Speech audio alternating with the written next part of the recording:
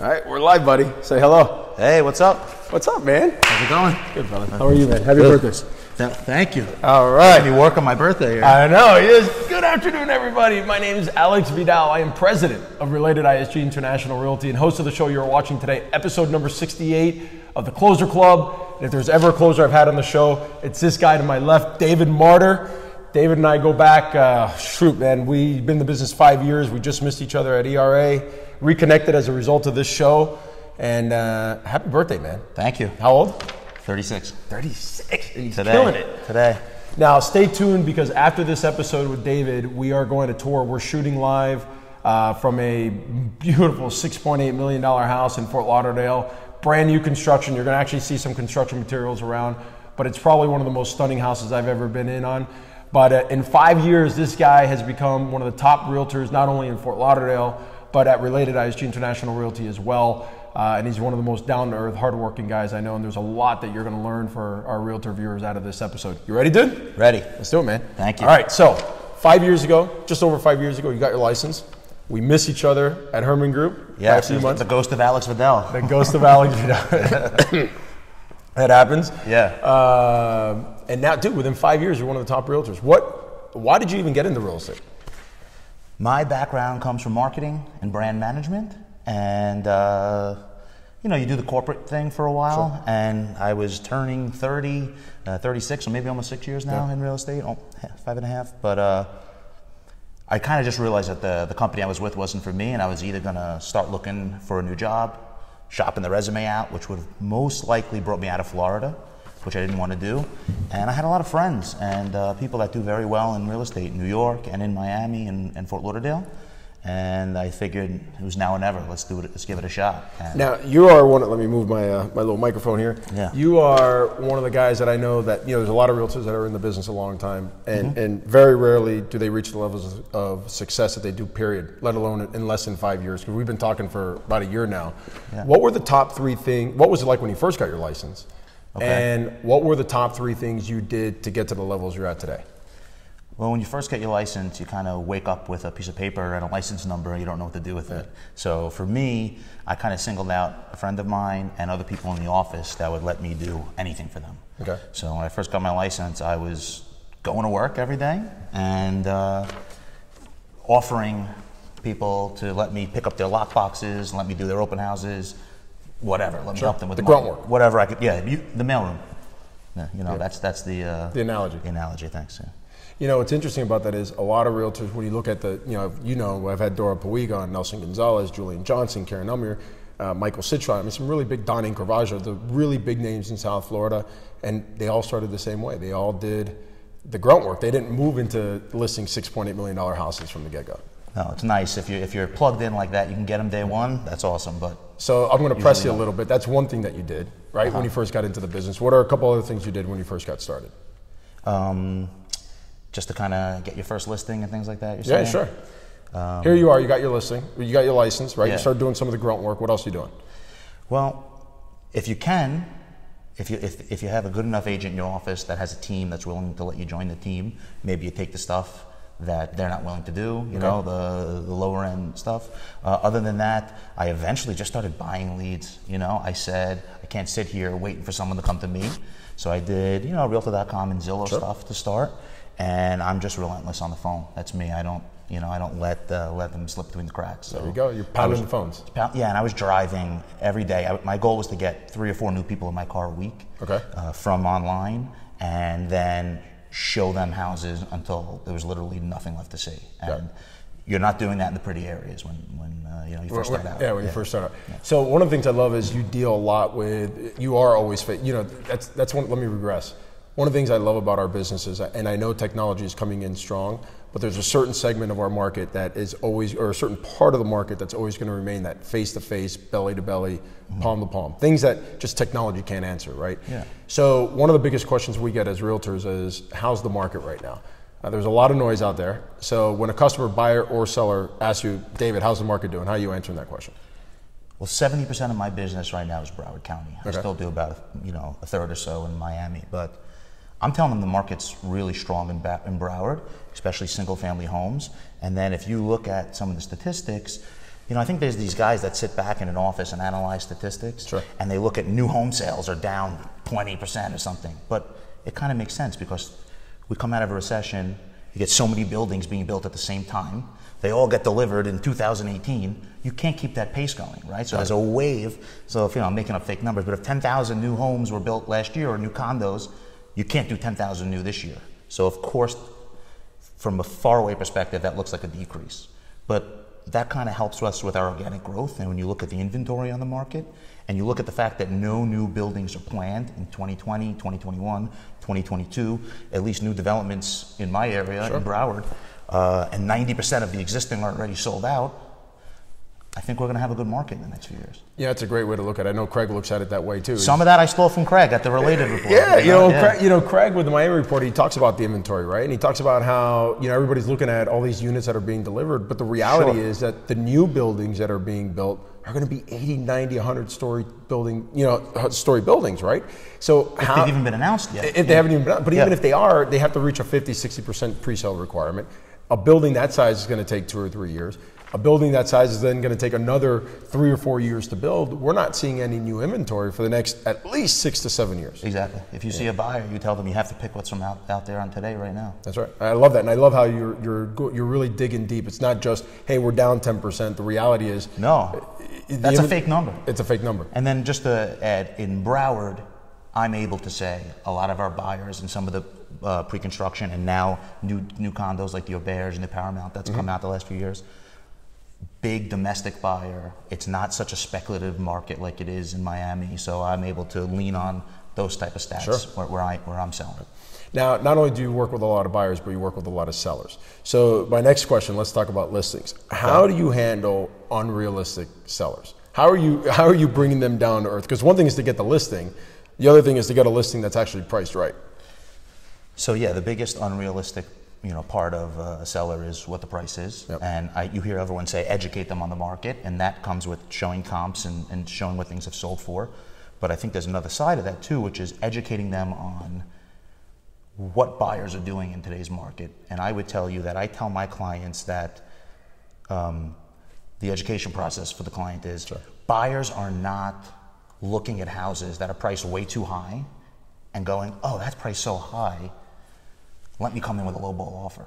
They're doing the opposite. Maybe that was a strategy 15, 20 years ago, but they're so smart now and they're online and they have all these different types of estimates that are not so accurate sometimes, but either way, they're going and looking at the home that looks good. Of course, your first impression is the picture and your photography and videography. But the second thing is, if you're price aggressive, right where you're supposed to be, coming out the gate strong, that education is what I like to tell them. Not so much, oh, these are your 3 comps, but more your first impression. And the most important time is the first 2 weeks to 30 days on the market, and you don't want to go stale.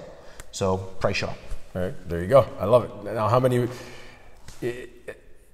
would you agree with me that sometimes the best listing sometimes is the one you didn't take? Yeah, and I've been wrong, which is not fun either. I've had one that I said you're going too high, and I should have taken that one, but I've taken a lot that end up coming back to me or expiring, and then you didn't spend all this time and money and energy.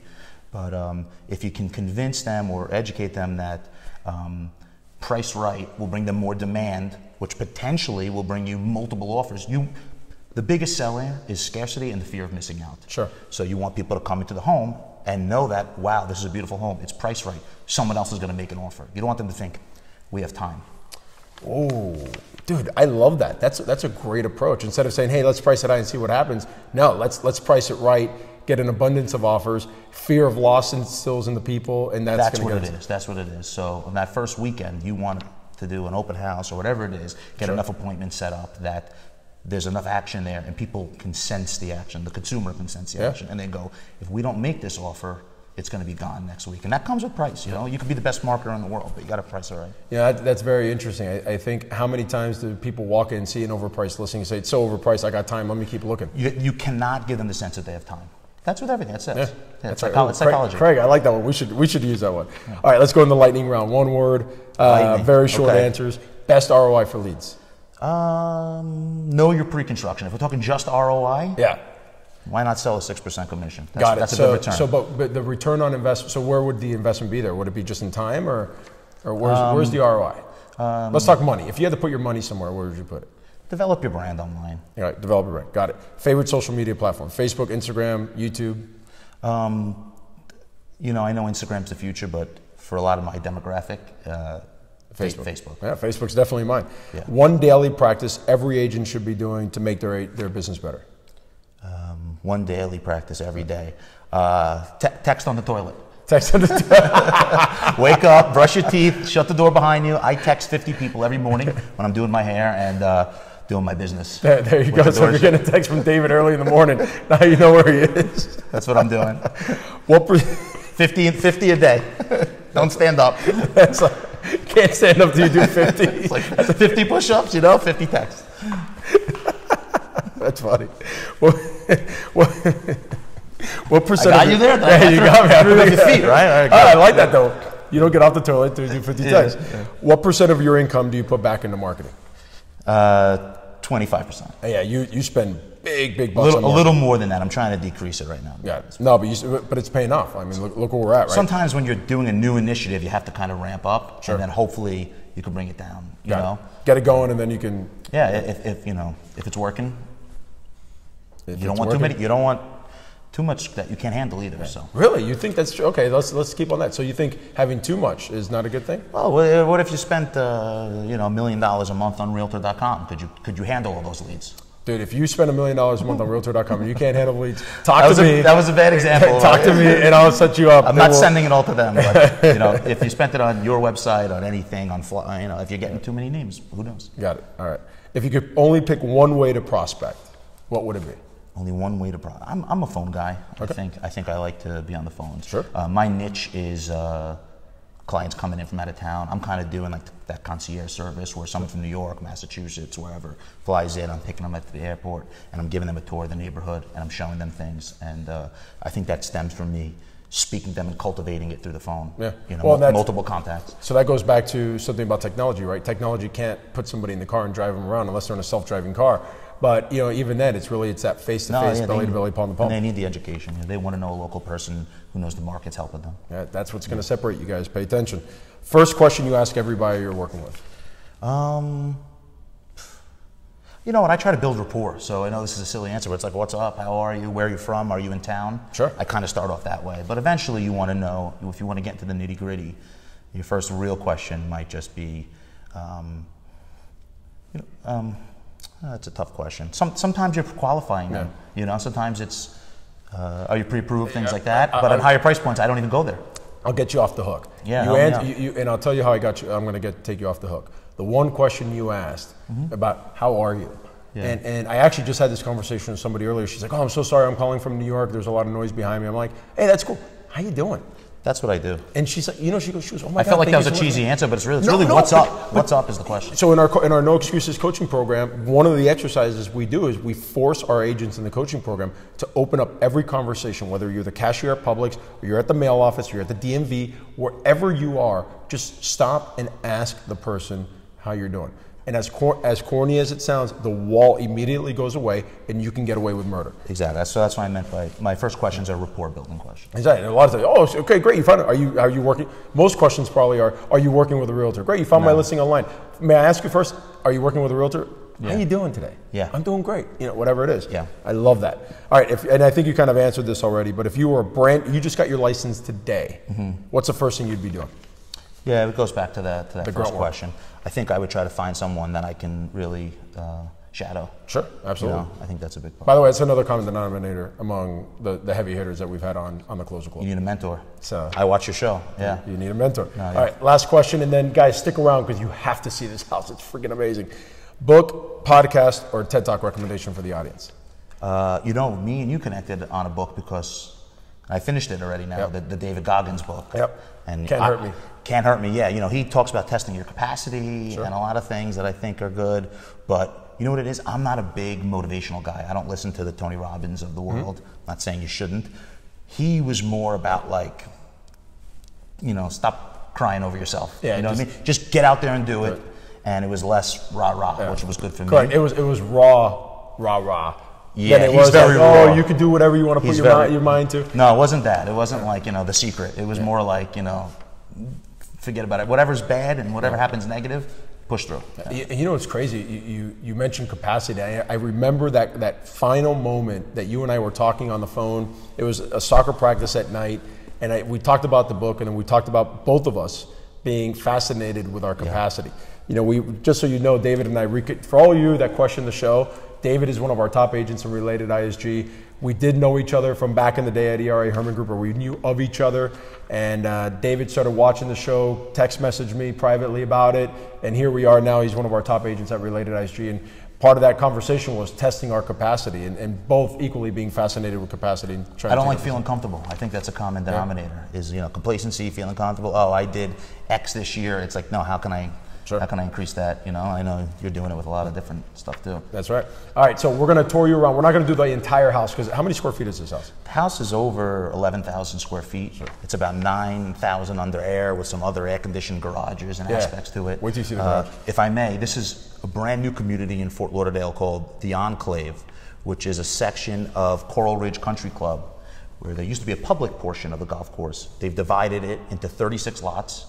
This is going to be the first completed house, and we're going to go live Thursday with it. That's right. Not even on the market yet. Listing agreement is signed. It's going live in a couple of days on the MLS and all that stuff. So you guys are getting a sneak peek. Check this beauty out. Now we're hardwired to the phone. So David, just keep that in mind as we walk around. Don't trip you? No, don't trip. And we're going to pick this up and show you guys around real quick. So since we're right here, you want to just see the pool? Yeah. Why don't we go straight to the pool? Don't mind all the furniture. We had to move some of the furniture around, but kind of give you an idea. So the waterfall's not on, but if you can catch that, we got a 20-foot waterfall. Look how high that ceiling is. There's a waterfall all the way up there. Right. Watch my step here. You got an oversized jacuzzi with multiple landings in the pool. I think you have 18 different LED lights. You have a ton of TVs on the outside and all this overhead outdoor living. And the whole back of the home opens up. I won't open all the doors for you, but you can see all the glass. Yeah. There you go. There's the front of the house. Here's the back. It keeps going. Built-in summer kitchen. Yeah, so we're going to show you the master, the kitchen, the garage, and the what'd you call it? The man cave. Yeah. Right, so there's your kitchen. Yeah. So if you're walking through the kitchen, you have a huge Just to island. Kind of share with them. That's the front door. So when you walk in, you have the kitchen off to the. You know what? If you come this way by the front door, we might get a better walkthrough of let's back up. The garage and the wine vault and all that stuff. So right now the front door is right behind me. There's this beautiful front door. You walk in, immediately to your left, you have the dining room. That's going to be, how many bottles is that wine cellar? Well, we're about to set it up. We're going to do a design with the bottles, but anywhere from 700 to 1,000 bottles. There you go. This is all this area. Yeah, the ceilings in there are over 20 feet tall. Let's show them the master. Wait till you see the master here. As we walk through the master, you got the glass garage, which has got TVs and wet bars in it. If any of you know Desert and the Porsche Tower, this is essentially the Porsche Tower in a single family home. Yeah, it's air conditioned, 5-car. Look at the even the detail in the ceiling of the garage. And then when you walk into your master here, you have a room off the master that can be made into a home gym or a nursery or an office. A little wet bar when you come into the master. This gym isn't furnished yet, but here's your master. It opens up to the golf course, so you have no one that sees you from your backyard. Your whole master opens up. There you go, there's the pool. Then and check then out this bathroom. Here's your bathroom. You have 19-foot ceilings in the bathroom with glass windows that wrap around your ceilings. LEDs around the tub. It's just massive. The shower's massive.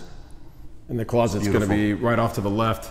Let's show them that closet and then we'll wrap up there. You want to walk in there? Cage. Yeah, let's show it to them.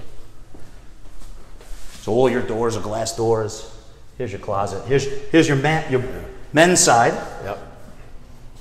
Right? It's the men's all closet. Custom closet. The kitchen, the closets, everything's a Talcraft TV in the closet. And all the way over here is the women's closet. And you got another one. All right, so we're going to take a quick beeline to the man cave. All right, let's walk fast. David, if they want to reach you, how can they reach you about this listing? You can either message me right here on Facebook. We're going to do an exclusive Brokers Open, so if you want an invite, please. This is, like I said, the first home available that's completely finished in the Enclave. And then you can also call me, 954-951-3356. All right. make our way back across. Again, it's a 9,000 square feet under air, so it takes a little bit of exercise to cross around. Here's we call it the club room or the media room. This is the media room / man cave. There We're going to end it here to kind of give you an idea. Check this room out. Yeah, you got 3 TVs on this wall. Those are, just for perspective, those are 80, how big? 82-inch. 82-inch TVs. And then you got another one over here with the bar. Ceiling, So full bar. All right, Dave, any parting words for him? No, thank you, Alex, and come see the rest of the house. There you go.